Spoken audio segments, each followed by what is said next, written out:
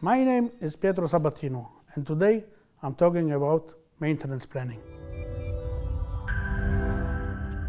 Every bar in the machine gets dirty, and every bar that is dirty is not working. So it's important to detect the efficiency of the bar. With the IQ Manager, it's possible to control your bar of function and efficiency. If the efficiency goes down on the bar, the system will show you a pre-alarm, and it shows you that you have to clean your bar. The IQ Manager will show you directly which bar is dirty and which one you have to clean in which position. That means you save money and time on your machine. Thank you for watching, and see you next time.